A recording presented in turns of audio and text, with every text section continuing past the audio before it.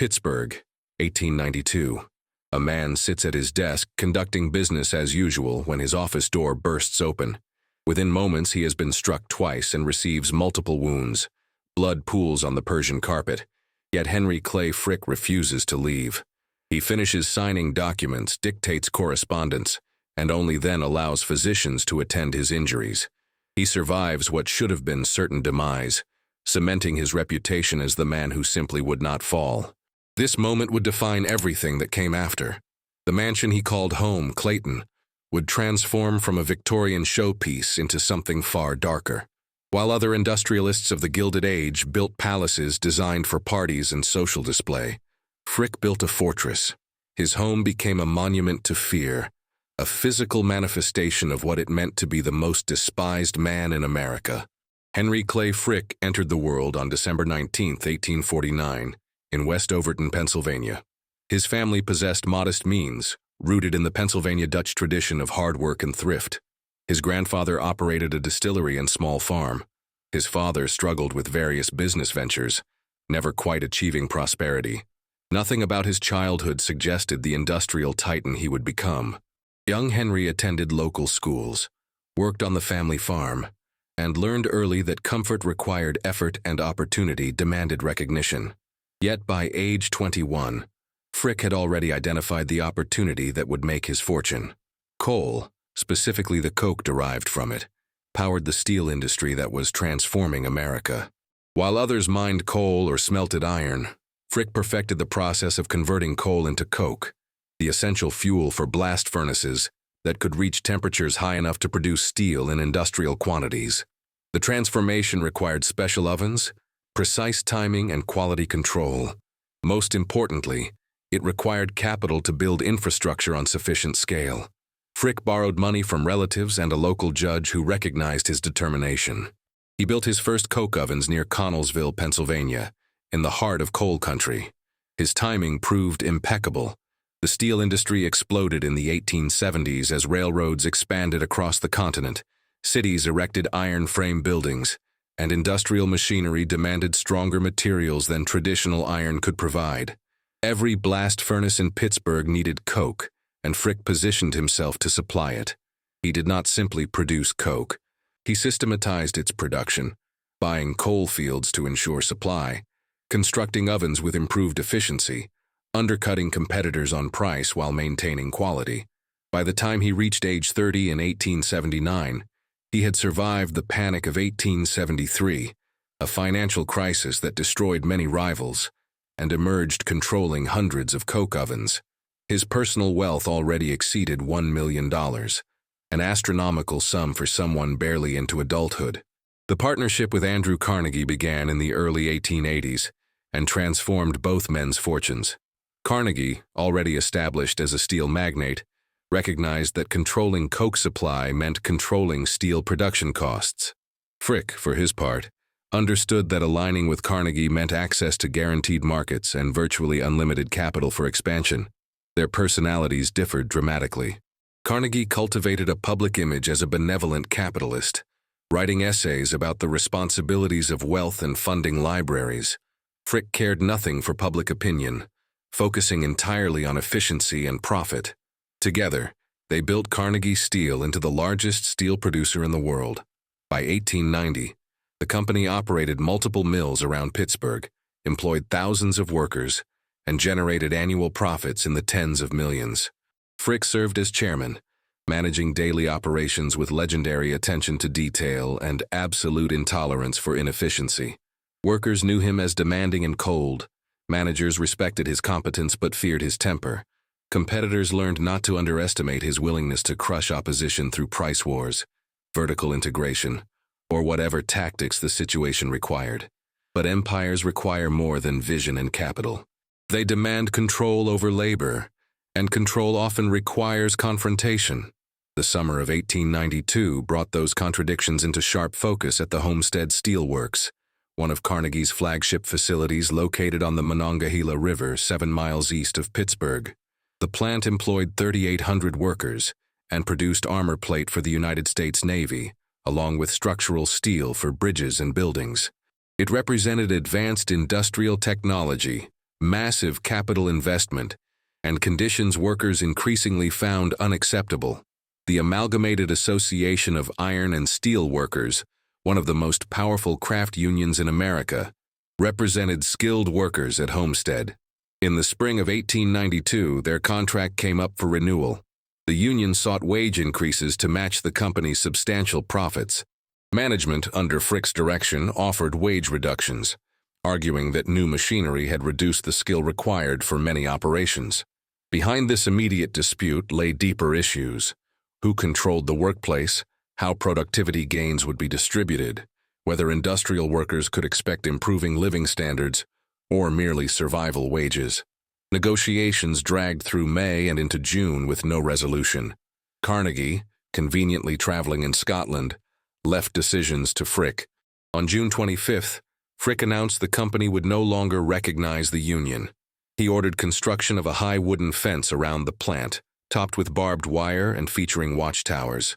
Workers immediately dubbed it Fort Frick. The company then posted notice that operations would resume on July 6th, with replacement workers if necessary. The union called a strike. Thousands of workers, both union members and their supporters, took control of the town of Homestead, stationing pickets along the riverfront and on roads leading to the plant. Frick's response demonstrated both his determination and his fundamental misunderstanding of public sentiment. He hired 300 guards from the Pinkerton National Detective Agency, a private security firm that frequently provided strikebreakers and armed protection for industrial facilities.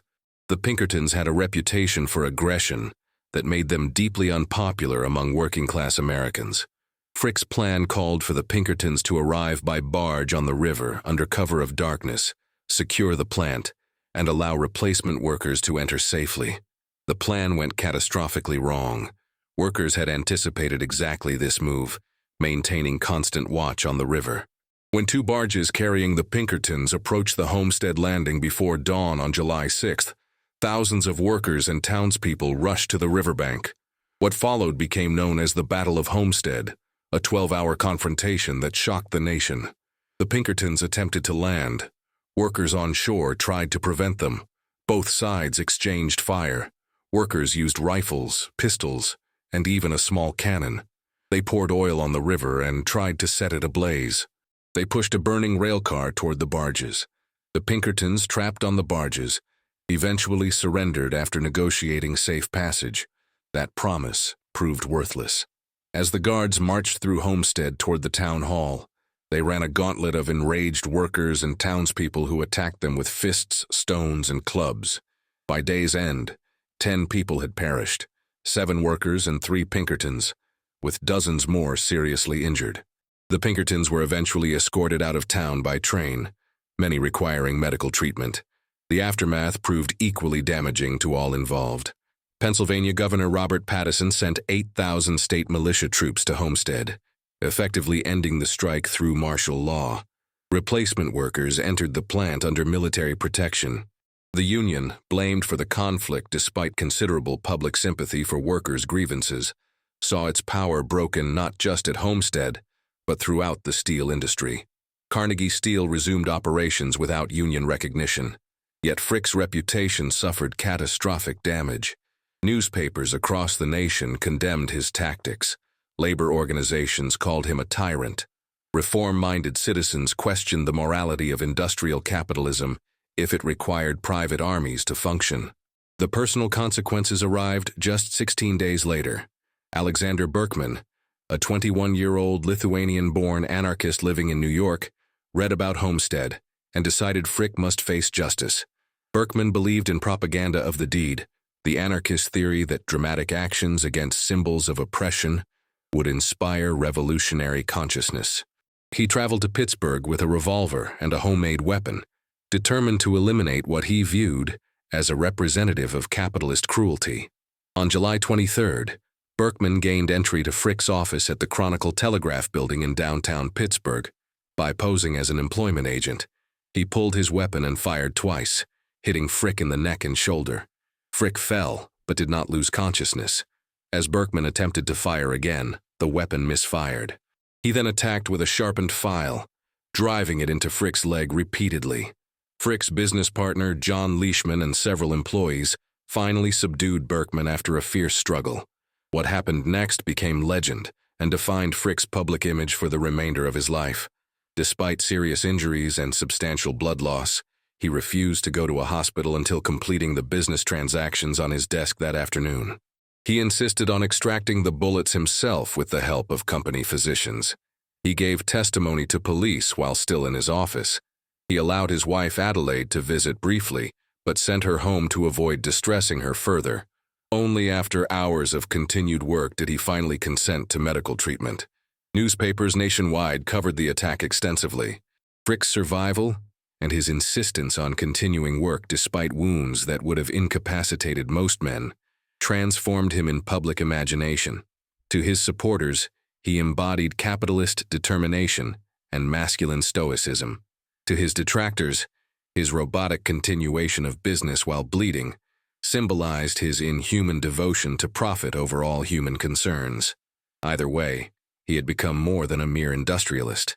He represented something larger, either heroic or monstrous depending on one's perspective, but definitely not ordinary.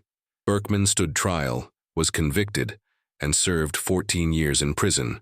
His action, rather than helping workers as he had intended, actually damaged their cause by allowing company sympathizers to portray strikers as connected to anarchist terror. The attack failed as propaganda of the deed, turning public sympathy away from labor toward Frick as a victim. Yet for Frick himself, the incident created permanent psychological change. He had survived, but survival came with recognition that his enemies were real, determined, and willing to strike at any moment. Clayton, the mansion that would become Frick's refuge, had entered his life a decade earlier, under far different circumstances. In 1882, newly married to Adelaide Howard Childs, Frick purchased the home at 5300 Penn Avenue in Pittsburgh's Point Breeze neighborhood. Adelaide came from a prominent Pittsburgh merchant family. Her father, Asa Childs, had made his fortune in wholesale boots and shoes. She had been educated at private schools, traveled to Europe, and brought refined cultural sensibility to the marriage. For Frick, still building his fortune but already wealthy by any normal standard, marriage to Adelaide represented social arrival as much as personal attachment. The neighborhood Frick chose reflected his ambitions. Penn Avenue, particularly the stretch running through Point Breeze, had become known as Millionaire's Row. Andrew Carnegie lived there. George Westinghouse, the electrical pioneer, maintained an estate nearby.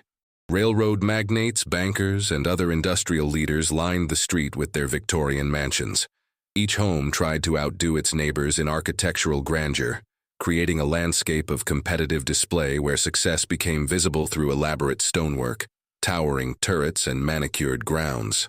The original Clayton, designed in the Italianate Victorian style popular during the 1870s and 80s, bore little resemblance to the fortress it would become. The house featured asymmetrical massing typical of Victorian architecture, with a prominent tower, varied roof lines, and extensive ornamental detail. Large windows welcomed natural light. Broad porches suggested leisurely summer afternoons. The interior boasted high ceilings, elaborate woodwork, and all the modern conveniences available to wealthy homeowners of the era: central heating, indoor plumbing, and gas lighting. For the young couple, Clayton represented success, domesticity, and social position. Adelaide filled the rooms with carefully selected furniture, much of it custom-made by Pittsburgh craftsmen. She hung wallpaper imported from Europe. She established household routines with a staff of servants. Frick, still focused primarily on business, gave Adelaide wide latitude in domestic matters while maintaining his office as masculine preserve. Their first children arrived in these hopeful years. Childs Frick was born in 1883, named after Adelaide's family. Martha Howard Frick followed in 1885. These early years at Clayton passed in relative normalcy for a wealthy industrial family. Frick traveled frequently for business, inspecting coke ovens and meeting with Carnegie about company operations. Adelaide managed the household, raised young children, and participated in Pittsburgh society. They entertained occasionally, hosting dinners for business associates and social peers. The house functioned as it was designed to function, as a comfortable domestic space befitting their social position. But the events of 1892 changed everything about how the Fricks inhabited Clayton. The immediate aftermath of Homestead brought threatening letters, dozens arriving weekly. Anarchist publications printed Frick's home address alongside denunciations calling him a murderer of workers. Police informed him of credible threats from multiple sources. The Berkman attack, occurring in his downtown office, proved that threats could materialize into action at any moment. Every visitor became a potential danger. Every unfamiliar face on Penn Avenue carried menace. Every knock at the door might precede another attack. The psychological weight of being hunted transformed how Frick experienced daily life.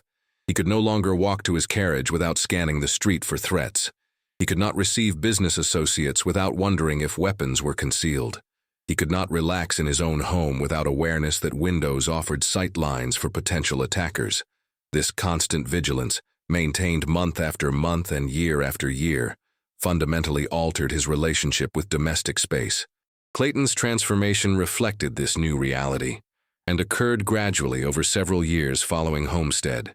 The changes were not dramatic architectural overhauls, but rather cumulative adjustments that created substantially different atmosphere. Where the original house had been designed for display and domestic comfort, the modified Clayton prioritized security and control. Additional measures, unusual for residential architecture of the era, appeared throughout the property. The staff underwent extensive background investigation, with new employees vetted carefully, and existing servants interviewed about their sympathies and associations. Access points to the property were reduced and more carefully controlled. The broad, welcoming porches that had suggested leisurely sociability were modified to limit approaches to the house. Strategic landscaping, including the placement of shrubs and trees, reduced sight lines from the street while allowing those inside to monitor approaches. The fence surrounding the property, originally decorative, was reinforced. Gates that had stood open were now kept closed and monitored. These changes occurred incrementally, each seemingly minor, but their cumulative effect created something notably different from neighboring estates. Inside Clayton, the atmosphere grew heavier and more oppressive. Dark wood paneling was installed in public rooms, replacing lighter finishes. Furniture selections emphasized substance and mass over elegance.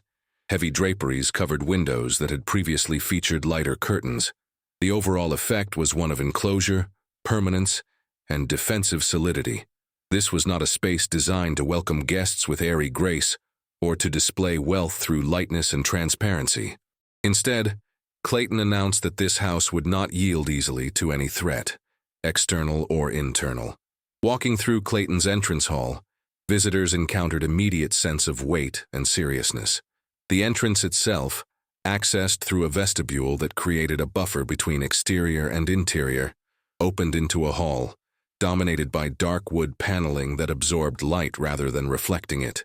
The staircase, constructed of heavy oak with elaborate carved newel posts, rose to the second floor with substantial presence. Furniture in the hall, including a large hall stand for coats and umbrellas, seemed chosen for permanence rather than convenience. Every surface, every object, every architectural detail spoke of solidity and resistance. The drawing room, where Adelaide received guests and the family gathered for formal occasions, represented her attempts to create lighter, more refined atmosphere within Clayton's increasingly heavy character. She selected wallpaper with delicate patterns. She arranged furniture to encourage conversation. She displayed decorative arts, porcelain figurines, and small sculptures that reflected contemporary taste. Yet even here, in the most feminine space of the house, the underlying heaviness could not be fully dispelled. The room's high ceiling and elaborate plasterwork, beautiful in themselves, somehow contributed to an atmosphere of formal constraint rather than domestic ease. The breakfast room, where the Frick family took their morning meals and often gathered informally during the day, carried this same duality between domestic function and underlying tension. The room featured elaborate built-in cabinetry for displaying china and serving pieces. The table, substantial and surrounded by upholstered chairs, could accommodate the family and occasional guests. Yet the room's dark wood trim, heavy window treatments, and overall sense of enclosure made it feel less like a space for casual family meals, and more like a formal dining chamber where even private moments carried weight. Frick's private office within Clayton served as his command center, and most clearly embodied his approach to life after Homestead. Located strategically within the house's floor plan, the office allowed him to monitor approaches while maintaining privacy for business matters. The room featured reinforced doors, unusual for interior residential architecture. His desk, massive and constructed of dark wood, dominated the space. Behind him, built-in bookcases held business ledgers, correspondence files, and personal papers. The office contained minimal decoration beyond what was functional. This was a workspace, not a showplace, designed for efficiency and security, rather than aesthetic pleasure. Yet even as Clayton became increasingly fortress-like, Frick's passion for art grew unabated and even intensified. Perhaps art offered psychological escape from the conflicts dominating his business life. Perhaps the beauty of old master paintings provided counterbalance to the ugliness of industrial labor disputes. Or perhaps, as some contemporaries suggested, Frick's collecting represented an attempt to craft a different legacy, one built on cultural patronage rather than industrial conquest. Whatever his motivations, the results were undeniable. By the early 1890s, Frick had assembled a significant collection of European paintings and decorative arts. In 1890, recognizing that his growing collection required proper display space, Frick commissioned an addition to Clayton specifically to house his art. He engaged Frederick Osterling, one of Pittsburgh's leading architects, to design a gallery that would meet museum-quality standards while integrating with Clayton's existing structure. The result was a substantial addition, featuring skylights for natural illumination, carefully controlled ventilation to protect paintings from Pittsburgh's notoriously sooty air, and wall space proportioned to display large canvases effectively. The gallery addition represented Frick's one concession to pure aesthetic pleasure, within Clayton's otherwise defensive character. Here he displayed works by European masters that would later form the core of his legendary New York collection. Paintings by Gainsborough, including portraits that demonstrated the 18th-century English painter's mastery of both technique and psychological insight, hung alongside works by Turner, whose landscapes captured atmospheric effects with unprecedented subtlety. Frick's taste ran toward representational work, by recognized masters rather than contemporary experimental art. He wanted paintings with established reputations, works that museums would covet, canvases that represented the pinnacle of their respective traditions. This contradiction at the heart of Clayton, a fortress containing beauty, defined Frick's existence there and raised questions that contemporaries and historians have pondered ever since. How did a man responsible for Homestead's casualties also appreciate Gainsborough's delicate brushwork? How did someone who refused workers' demands for living wages spend hundreds of thousands on paintings? Did the art offer escape from consciousness of his business methods? Did it represent evidence of a more complex inner life than his public persona suggested? Or did Frick simply see no connection between his business decisions and his aesthetic preferences, compartmentalizing his life into separate realms that need not acknowledge each other? Visitors to Clayton today still puzzle over this duality. The gallery, preserved much as Frick arranged it, displays not his original paintings, most of which went to New York, but period-appropriate works that suggest the collection's character. Standing in that space, natural light filtering through skylights, you can imagine Frick spending quiet hours contemplating paintings that spoke to something beyond balance sheets and labor disputes. Yet just beyond the gallery's doors lay the rest of Clayton, heavy and defensive, testament to conflicts he never truly escaped. The Frick children experienced Clayton as a space of contradictory messages about privilege, danger, and family identity. They had material advantages beyond most Americans' imagination: custom-made clothing, private tutors, toys imported from Europe, servants attending their needs. Yet they also faced restrictions unusual, even among wealthy families. They could not freely explore the neighborhood as other children might. Visits with schoolmates required approval and supervision. Movements outside the house demanded planning and often security presence. The adults around them maintained careful watch, not merely the normal supervision of young children, but something more vigilant and tense. Helen Clay Frick, born September 3, 1888, would later recall the strange contradictions of childhood at Clayton in interviews and memoirs.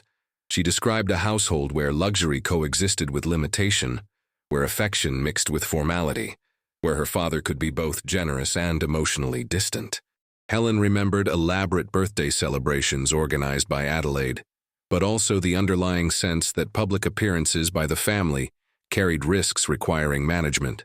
She recalled loving her father deeply, while also recognizing, even as a child, that many people hated him, a confusing duality for a young person trying to understand her place in the world. Tragedy struck the Frick family in 1891 when Martha, just 6 years old, succumbed to illness. The specific ailment is not entirely clear from historical records, but the loss devastated both parents. Adelaide, who had devoted herself to motherhood and domestic management, experienced profound grief that colored her relationship with Clayton thereafter. The house where Martha had lived and played became also the house where she had suffered and passed away. For Adelaide, Clayton's rooms carried memories both precious and painful. Frick, never emotionally demonstrative in the Victorian masculine tradition, retreated further into work and art collecting following Martha's demise. He commissioned an elaborate monument for her grave at Homewood Cemetery in Pittsburgh, featuring an angel figure that represented contemporary funerary art at its most refined. Yet he rarely spoke of his daughter after her passing, internalizing grief in ways that distanced him emotionally from those around him. The family dynamic shifted. What had been merely tense became something approaching isolation, with each family member processing loss in separate psychological spaces. Adelaide managed Clayton's domestic sphere with grace despite mounting challenges. She oversaw a staff of more than a dozen servants by the mid-1890s. This included a butler, cook, multiple housemaids, laundresses, groundskeepers, and stable staff for the horses and carriages. Each employee underwent scrutiny before hiring. References were checked carefully. Background investigations, crude by modern standards but unusual for the era, attempted to identify any anarchist sympathies or radical associations. Adelaide had to balance running an efficient household with security concerns that made ordinary domestic management more complex. She maintained social connections within Pittsburgh's upper class, despite the shadow cast by Homestead over the family's reputation. She hosted occasional dinners and receptions at Clayton, events that required careful planning given security concerns. Guest lists were scrutinized. Invitations specified arrival times to allow coordination. The events themselves, while featuring fine food and elegant presentation, carried an underlying tension absent from gatherings at neighboring estates. Guests understood, even if unspoken, that coming to the Frick house meant entering a space defined by conflict and consequence. The contrast between Clayton and other Gilded Age mansions grew more pronounced throughout the 1890s, as Frick's contemporaries built increasingly elaborate estates designed primarily for display and entertainment. In Newport, Rhode Island, families like the Vanderbilts constructed summer palaces that defined conspicuous consumption. The Breakers, completed in 1895 for Cornelius Vanderbilt II, featured 70 rooms sprawling across more than 125,000 square feet. Richard Morris Hunt, America's premier society architect, designed it in the style of an Italian Renaissance palazzo, all light and airy spaces opening onto ocean views. Marble House, built for William Vanderbilt's wife Alva in 1892, cost $11 million, of which $7 million went toward 500,000 cubic feet of marble. The house announced wealth through material excess, yes, but more importantly, through its openness and confidence. Marble House featured vast windows, enormous public rooms designed for balls and receptions, and grounds landscaped for garden parties. Nothing about its design suggested defensive thinking. It proclaimed instead that the Vanderbilts felt secure enough in their position to build with maximum visibility and minimal protection. Rosecliff, completed in 1902 for Teresa Fair Ulrichs, modeled itself on the Grand Trianon at Versailles. Its ballroom, the largest in Newport, could accommodate hundreds of guests for elaborate entertainments. The house opened onto terraced gardens and offered unobstructed ocean views from its principal rooms. Stanford White, who designed Rosecliff, created architecture meant to be seen, admired, and envied, not architecture meant to resist or defend. These Newport cottages, as their owners termed them with characteristic understatement, operated according to logic fundamentally different from Clayton's. They existed for the social season, those summer weeks when New York's elite gathered to see and be seen. The houses served as stages for performance of wealth and social position. Every architectural detail announced the owner's status. Every entertainment reinforced social hierarchies and cemented relationships. The mansions reached outward, embracing visitors and vistas, celebrating rather than fearing visibility. William Randolph Hearst, beginning his castle construction in California in 1919, would take this impulse to its most extreme expression. His hilltop palace near San Simeon sprawled across acres of carefully terraced landscape. Hearst designed La Cuesta Encantada, the Enchanted Hill, as a Mediterranean fantasy where Spanish colonial revival architecture mixed with European antiques and art collected during decades of compulsive acquisition. The estate included a main house and 3 elaborate guest cottages surrounding outdoor pools and gardens. Hearst built for perpetual entertaining on a grand scale. Guests arrived in waves.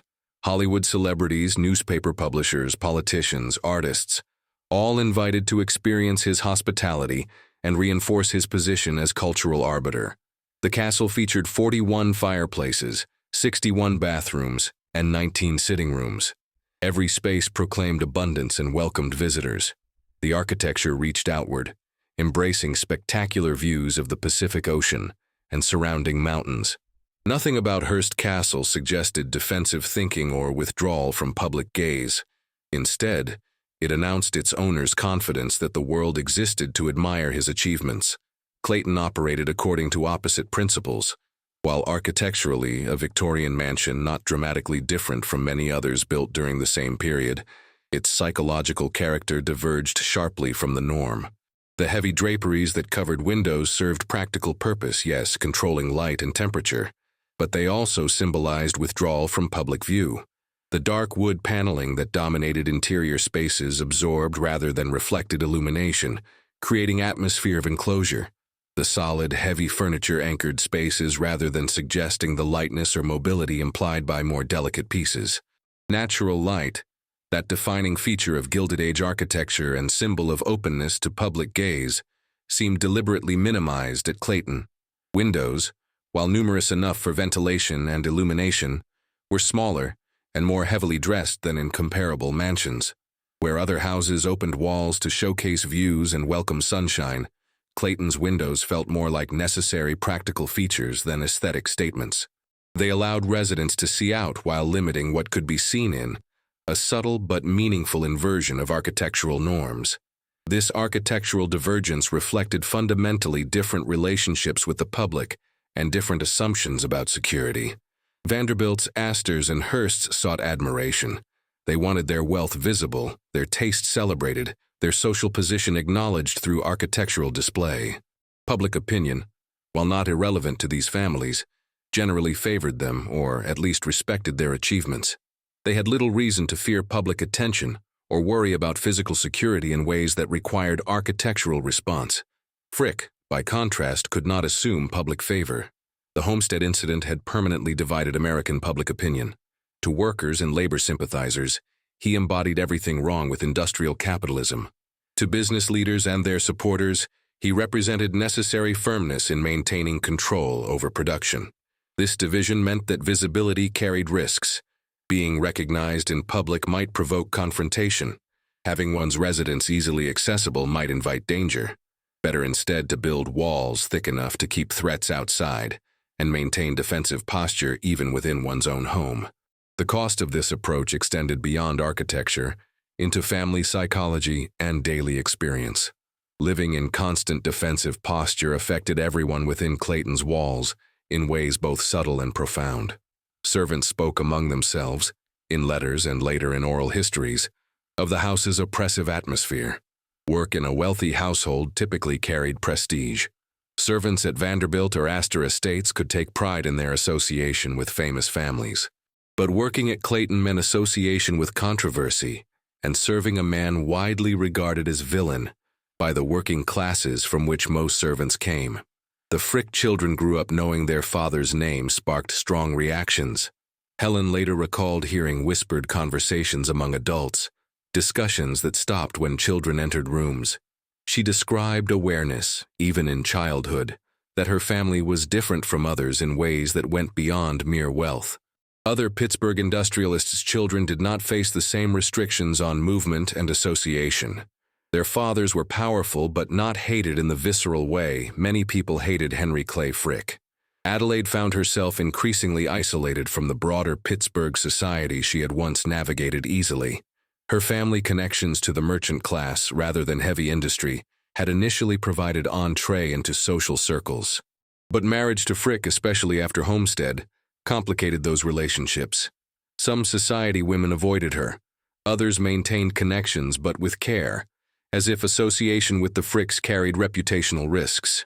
Adelaide adapted by focusing more intensely on family and household management, creating at Clayton a domestic sphere as refined and controlled as possible given the constraints. The family's cultural and intellectual life provided some compensation for social isolation. Frick, despite limited formal education, valued learning and encouraged his children's education. Helen received instruction not just in conventional subjects for young women, but also in art history, languages, and music. The presence of Frick's art collection at Clayton, even though he considered it primarily his personal domain, exposed the children to masterworks and cultivated appreciation for aesthetic achievement. Adelaide ensured the home contained extensive library holdings and subscribed to leading periodicals. Yet, even these cultural advantages could not fully dispel Clayton's underlying heaviness. The house lacked the lightness and joy that should characterize spaces where children grow up. Laughter felt somehow inappropriate in rooms that carried such weight. Play happened, but within constraints. The imagination required for childhood development had to operate within limits imposed by security concerns and psychological atmosphere. Helen, who never married and devoted much of her adult life to cultural philanthropy, may have been shaped profoundly by growing up at Clayton, learning early that privilege carried burdens, and that wealth could not buy the simple freedoms others took for granted. Frick's business activities continued unabated throughout the 1890s despite, or perhaps because of, the personal tensions surrounding him. His partnership with Andrew Carnegie, once productive, grew increasingly strained as both men's egos and strong wills clashed over company direction. Carnegie, spending more time in Scotland at his Skibo Castle estate, left daily operations to Frick but micromanaged through constant telegrams questioning decisions. Frick, accustomed to absolute authority within his domain, chafed under criticism from an absentee partner. Their disagreements covered both strategic and personal territory.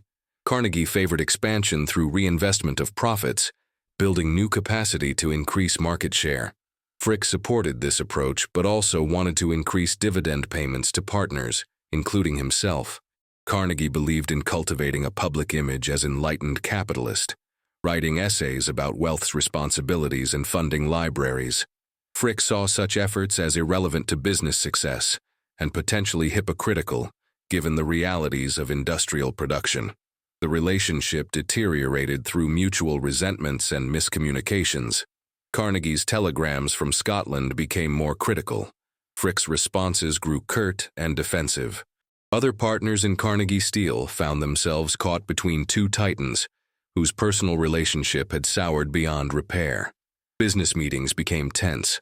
Board votes divided along factional lines. The company continued generating enormous profits, but the partnership that had built it was collapsing. The breaking point came in 1900 and involved both business disagreements and personal affronts. Carnegie, concerned about Frick's increasingly independent decision-making, moved to remove him from the board of Carnegie Steel. Frick, outraged at what he viewed as betrayal by a partner who owed much of his success to Frick's operational management, countered with legal action.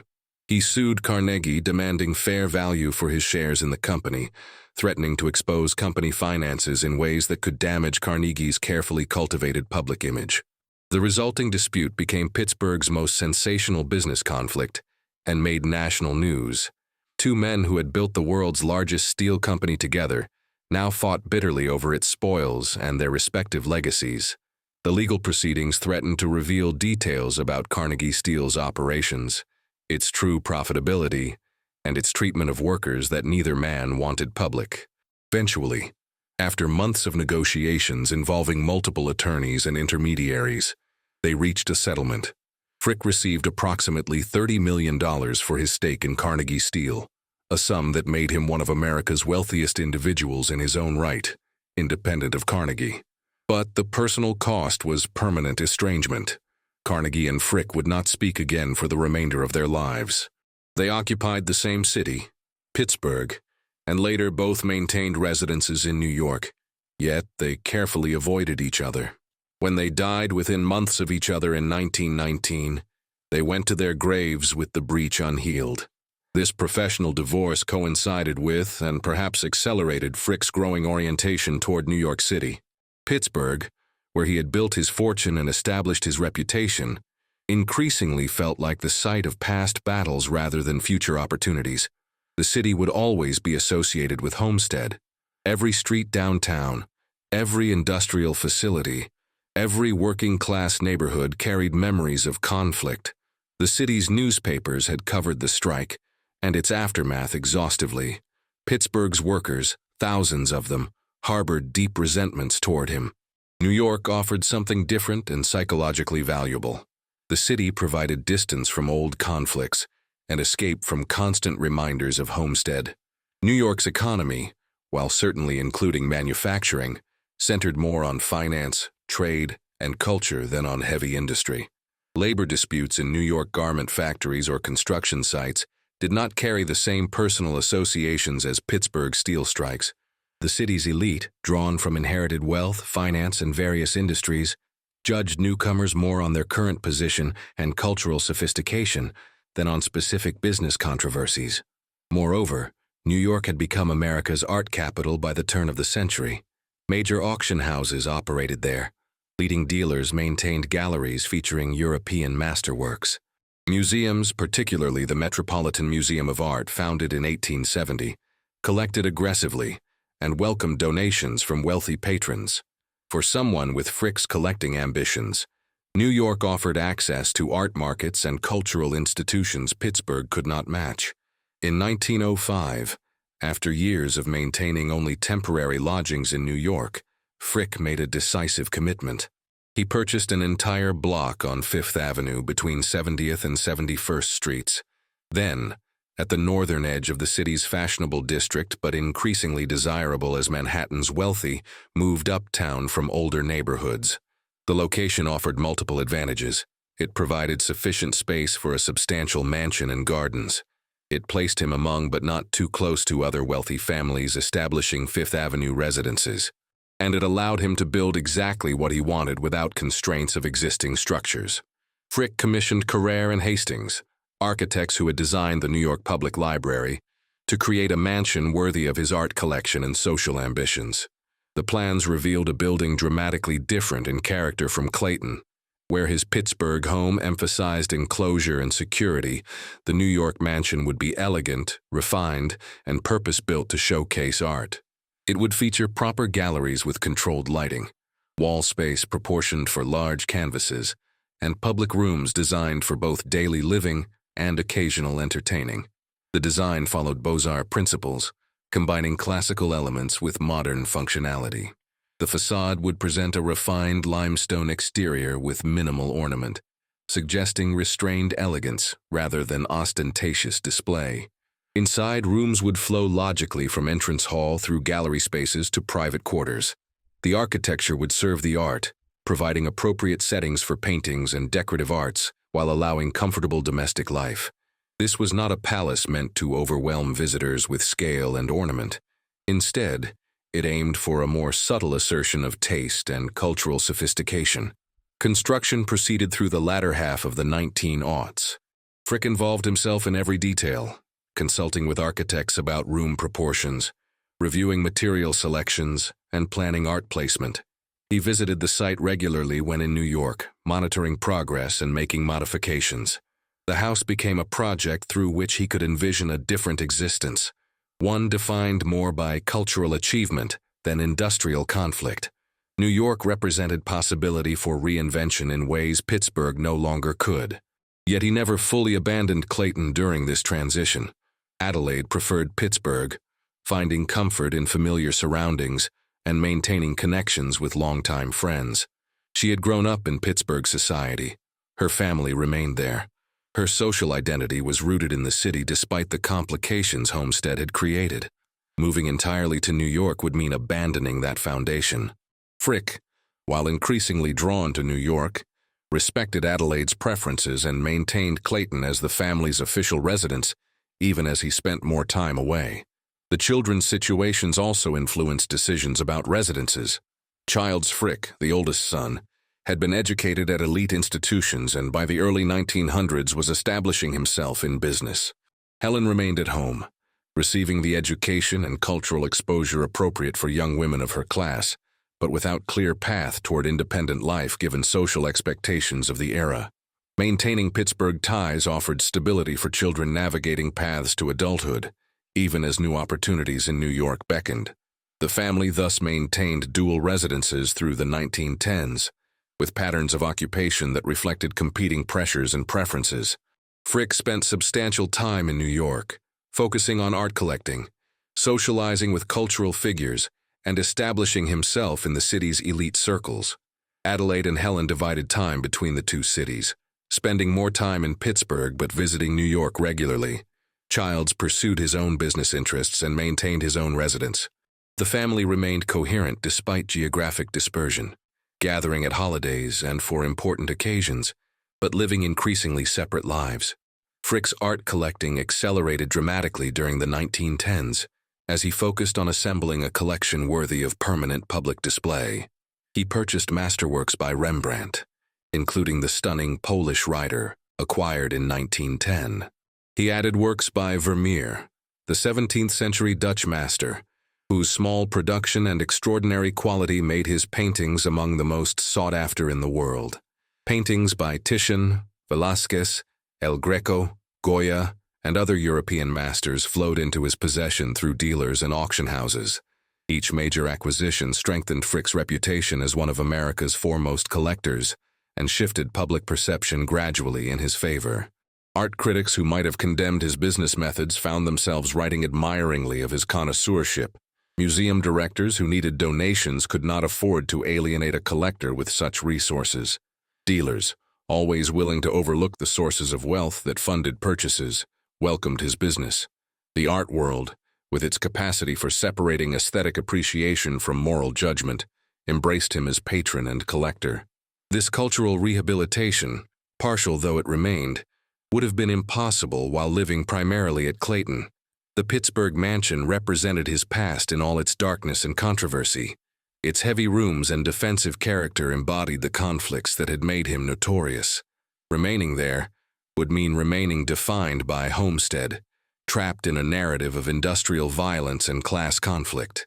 The New York residence promised a different legacy, one built on beauty rather than industry, culture rather than conflict, refinement rather than ruthlessness.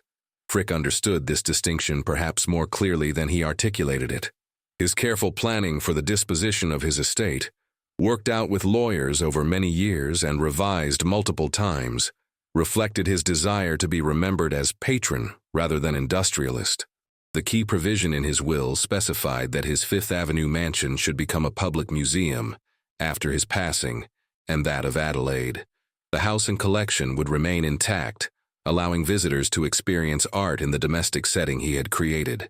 Revenue from an endowment would fund operations in perpetuity. These provisions revealed both vanity and genuine cultural commitment. Frick wanted the immortality that comes from having a museum bear one's name. He wanted public acknowledgement of his aesthetic judgment and collecting achievement.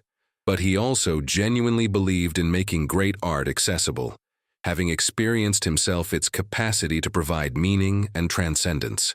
The Frick collection would serve both purposes, memorial and public service, ego and altruism combined in ways typical of Gilded Age philanthropy. When Henry Clay Frick passed away on December 2, 1919, at age 70, he experienced his final moments in the Fifth Avenue mansion, not at Clayton. He had been ill for several weeks with heart problems. Adelaide and Helen were with him. His final days passed in the elegant surroundings he had created, surrounded by paintings he loved, far from the industrial landscapes and labor conflicts that had defined his most productive and controversial years. The transition from Pittsburgh to New York, from industrialist to collector, from controversy to cultural respect, was complete. Newspaper obituaries reflected the complexity of his legacy. Business publications praised his industrial achievements and organizational genius. Labor papers could not let pass without mentioning Homestead and his role in crushing unions. Art journals focused on his collection and generous bequest to the public. Each constituency saw different Frick, and each version contained truth. He had been ruthlessly effective industrialist, devoted art collector, loving father, hated symbol of capitalist excess, cultural benefactor. He contained multitudes, as all complex human beings do, and resisted reduction to simple categories. The provisions of his will ensured different fates for his two principal residences. The Fifth Avenue mansion would become a public museum, opening its doors to visitors and establishing Frick's cultural legacy. This happened in 1935, 16 years after his demise and following Adelaide's passing in 1931, as the will specified. The Frick collection quickly became one of New York's most beloved cultural institutions. Visitors could walk through rooms Frick had inhabited, viewing masterworks in domestic settings that provided intimate encounter with art, impossible in conventional museums. The collection's intimate scale and superb quality won universal praise. Critics celebrated the opportunity to see Rembrandts and Vermeers in spaces proportioned for contemplation rather than overwhelmed by museum-scale galleries. The museum maintained the mansion's domestic character while adapting spaces for public use. Gardens provided peaceful retreat in the heart of Manhattan. Educational programs introduced new audiences to European art. The Frick collection became exactly what Frick had envisioned, a cultural institution bearing his name and preserving his aesthetic legacy. Clayton, meanwhile, received different treatment in Frick's estate plans. The Pittsburgh mansion would remain private, maintained by family rather than open to the public. Helen Clay Frick, who never married, took up primary residence there after her parents' passing. She lived at Clayton for decades, serving as guardian of family history and manager of extensive philanthropic activities. She donated to hospitals, supported arts organizations, and funded educational initiatives, continuing family tradition of giving while maintaining lower profile than her father's celebrity had required. During Helen's decades of stewardship, from 1919 until her own passing in 1984, at age 96, Clayton existed in a kind of time capsule. She maintained the house essentially as it had been during her parents' lifetimes. Original furnishings remained in place. Art that had not gone to New York stayed on Clayton's walls. Domestic objects, photographs, personal papers, all were preserved. The house became an increasingly rare example of a Victorian mansion remaining intact through the entire 20th century, without modernization or conversion to other uses. Helen's choice to preserve rather than modify Clayton revealed her own complex relationship with family history. She had grown up in the house's oppressive atmosphere. She knew its association with controversy and conflict. Yet it remained her childhood home, the space where her parents had lived and her sister Martha had existed before early passing. Preserving Clayton meant honoring family memory while also, perhaps, trying to assert alternative narrative about the Fricks as cultured, refined people rather than merely industrial titans. After Helen's demise in 1984, the Frick family faced decisions about Clayton's future. The house could be sold, dismantled, converted to other uses, or preserved as museum. Given Helen's decades of careful stewardship and the house's remarkable state of preservation, the family chose to transfer it to a trust that would open it to the public as the Frick Art and Historical Center, later renamed the Frick Pittsburgh. This happened in 1990, more than a century after Henry Clay Frick had purchased the property. Modern visitors to Clayton experienced something dramatically different from a visit to the Frick collection in New York, where the Fifth Avenue mansion became a refined art museum emphasizing aesthetic experience. Clayton remains fundamentally a historic house museum, emphasizing domestic life and historical context. You tour rooms where a family lived, rather than galleries designed for art display. You encounter furniture, decorative objects, Personal items that tell stories about daily existence rather than merely providing settings for masterworks. Walking through Clayton today, entering through the same doors the Frick family used, that distinctive heaviness remains immediately palpable. The entrance hall still features dark wood paneling that absorbs rather than reflects light. The same elaborate staircase rises to the second floor. Similar heavy furniture dominates spaces. The overall atmosphere, even stripped of its historical context and open to paying visitors, feels substantially different from typical Victorian mansion museums. There is less lightness, less sense of domestic joy, more weight and seriousness than comparable houses of the period. The drawing room where Adelaide received guests retains its refined character, her attempts to create lighter atmosphere still evident in furnishings and decorative choices. Yet the room cannot escape the house's overall gravity. You sense the tension between Adelaide's desire for domestic grace and the defensive mentality that shaped the rest of Clayton. The breakfast room, with its elaborate built-in cabinetry and substantial table, speaks to family meals taken amid underlying strain. Every space tells similar stories of luxury shadowed by fear, privilege burdened by threat. Frick's office remains one of Clayton's most powerful spaces. Standing there, you occupy the room where he conducted business after surviving the Berkman attack. You can imagine him at his desk, managing industrial empire while aware that enemies sought his demise. The room's reinforced doors and strategic positioning within the house demonstrate how thoroughly security concerns shape domestic architecture. This was not merely study or home office. It was command center in ongoing conflict.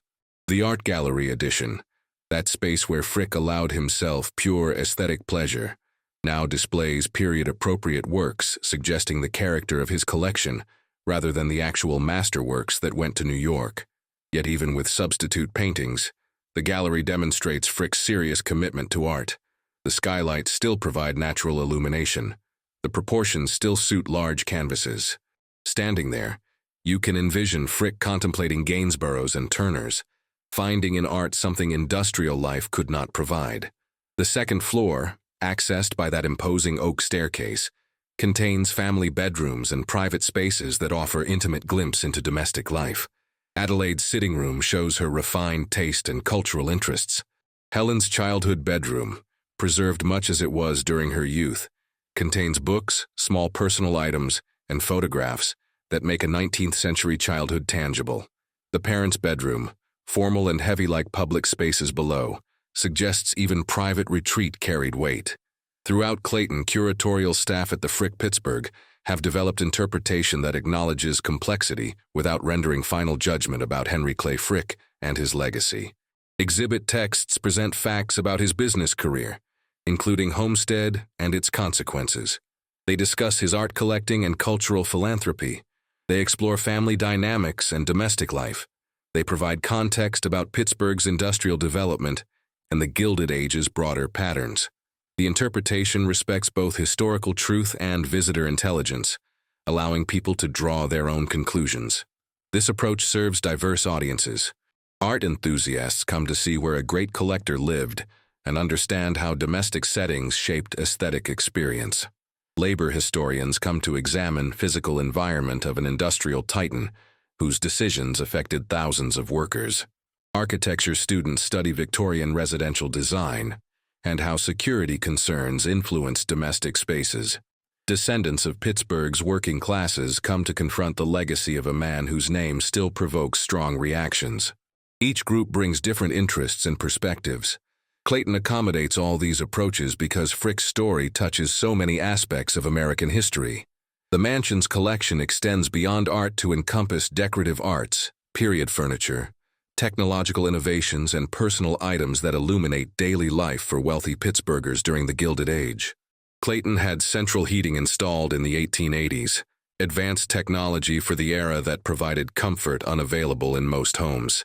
Indoor plumbing, rare in the 1870s but increasingly common for wealthy families by the 1880s, included multiple bathrooms with modern fixtures. Gas lighting, later converted to electricity as that technology became available, allowed activities after dark impossible in earlier eras. These domestic technologies reveal how even in defensive mode, focused on security and control, Frick embraced modern conveniences that made daily life more comfortable. The house contained the latest kitchen equipment, making food preparation more efficient for servants. Heating systems allowed comfortable temperatures throughout winter. Plumbing eliminated the need for chamber pots and outdoor facilities.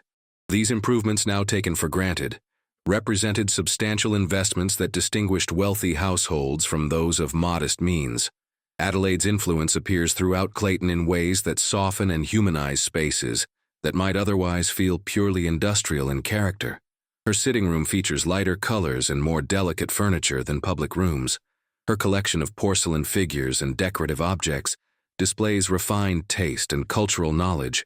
Her touches, flower arrangements, carefully selected textiles, attention to aesthetic details, remind visitors that Clayton was not just Frick's fortress, but a family home where a mother tried to create beauty and normalcy for her children. The children's quarters offer particularly poignant evidence of life within Clayton's walls. Helen's bedroom, preserved with its original furniture and personal items, allows visitors to imagine a young woman growing up in this complex environment. Her books suggest intellectual interests. Photographs show family relationships. Small decorative items reveal personal taste developing within her mother's influence. The space humanizes historical narrative, making abstract discussions of Gilded Age wealth and privilege concrete through objects a real person used and valued. Clayton's educational programming uses the mansion as entry point into broader conversations about American history. School groups tour the house and learn not just about one wealthy family, but about how all people lived in Pittsburgh during this era. Programs compare workers' housing with industrialists' mansions, immigrant experiences with native-born families, the physical realities of industrial labor with lives of leisure. Clayton becomes tool for teaching about industrialization, immigration, labor relations, wealth inequality, and social change. The mansion also serves academic researchers. Its archives contain extensive documentation of Frick's business dealings, personal correspondence, art purchases, and family matters. Letters between Frick and Carnegie illuminate their partnership and eventual estrangement. Business records reveal details of coke production and steel operations.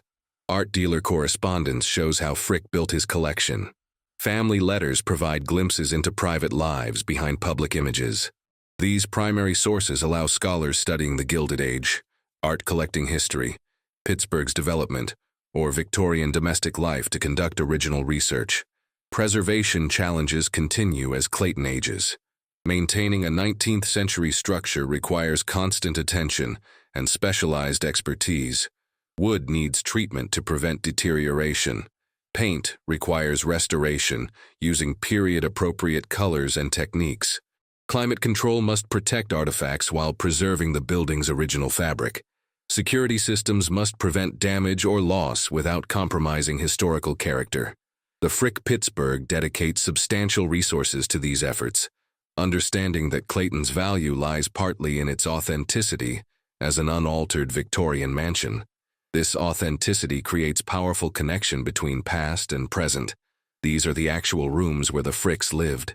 These are original walls, floors, and architectural details they saw daily. The furniture includes pieces they selected and used. Standing in Frick's office, you occupy the same space where he sat conducting business, the same space where he recovered from attempted assassination, the same space where he made decisions affecting thousands of workers' lives. History becomes tangible in ways purely intellectual understanding cannot achieve.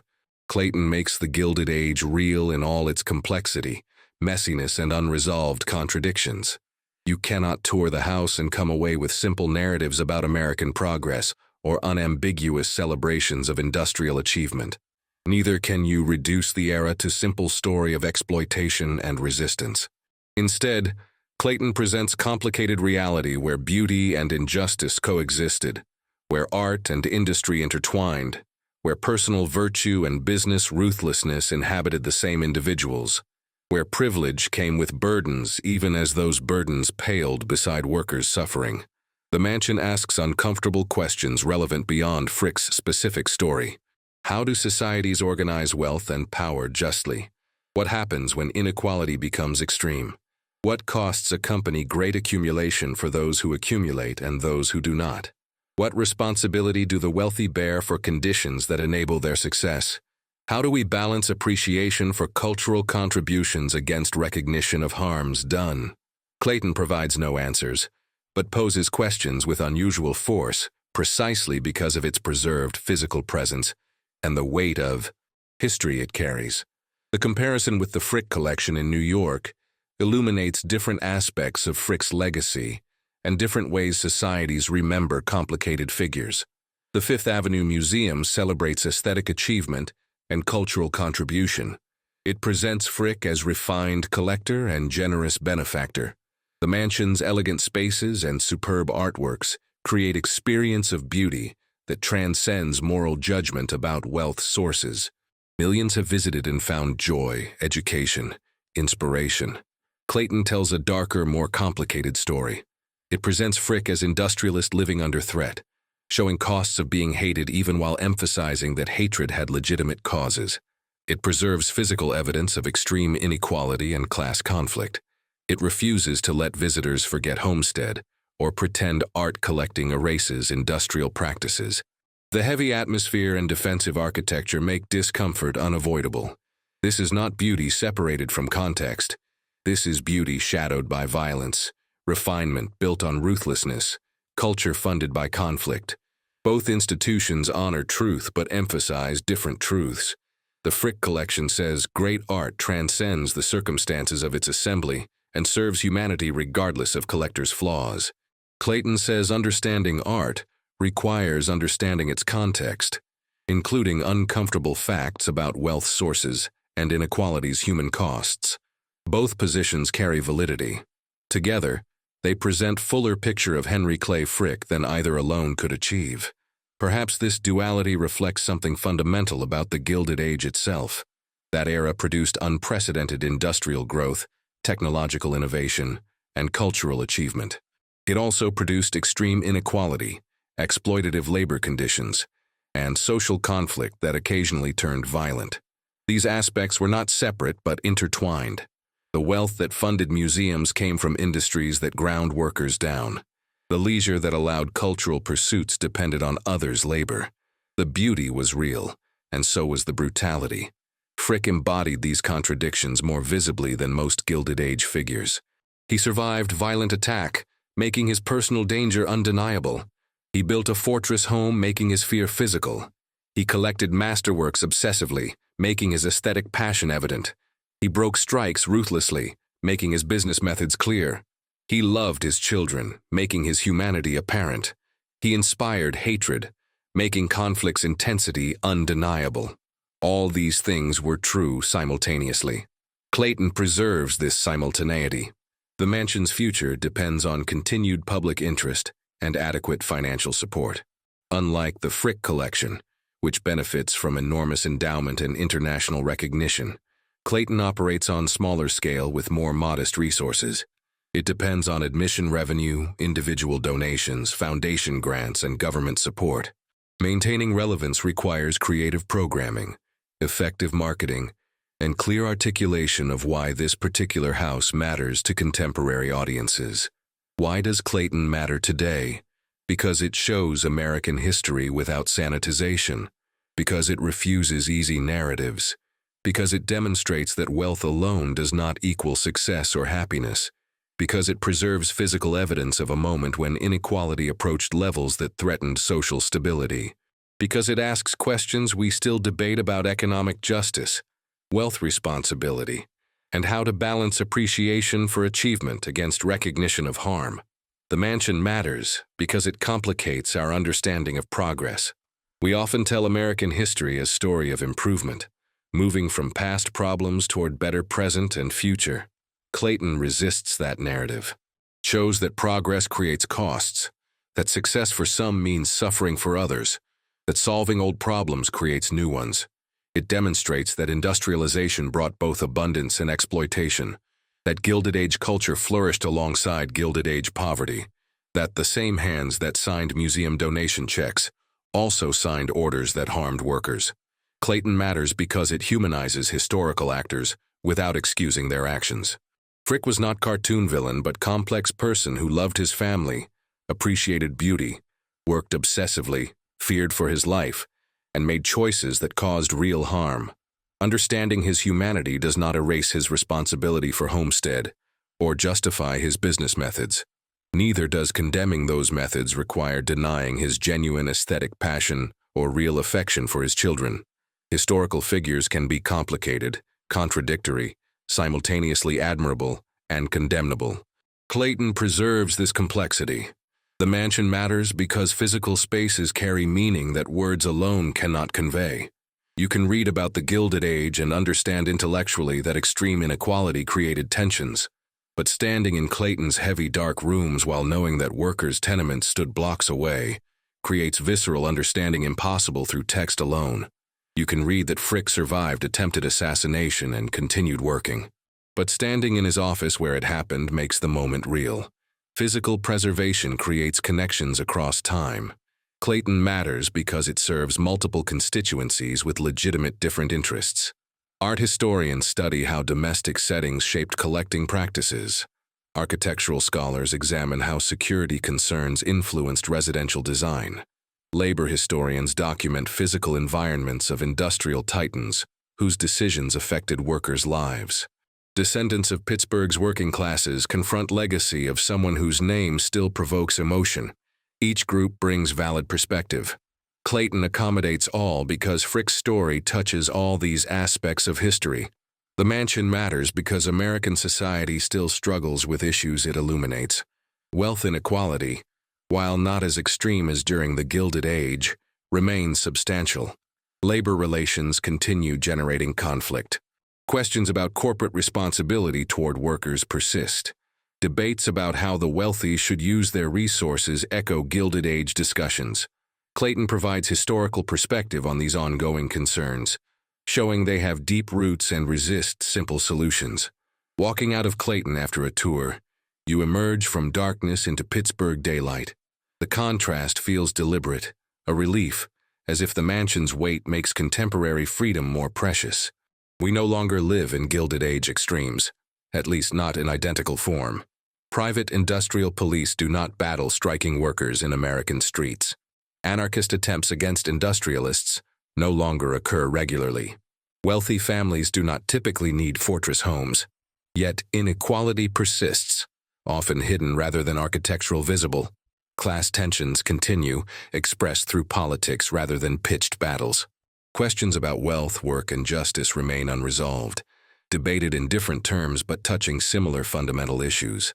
Clayton speaks to these ongoing concerns not through didactic lessons, but through preserved experience. It shows rather than tells, lets visitors draw conclusions, trusts that encountering historical reality will provoke thought. The mansion stands now as it has for more than a century, solid and heavy on Penn Avenue. Traffic passes outside. The neighborhood continues its evolution.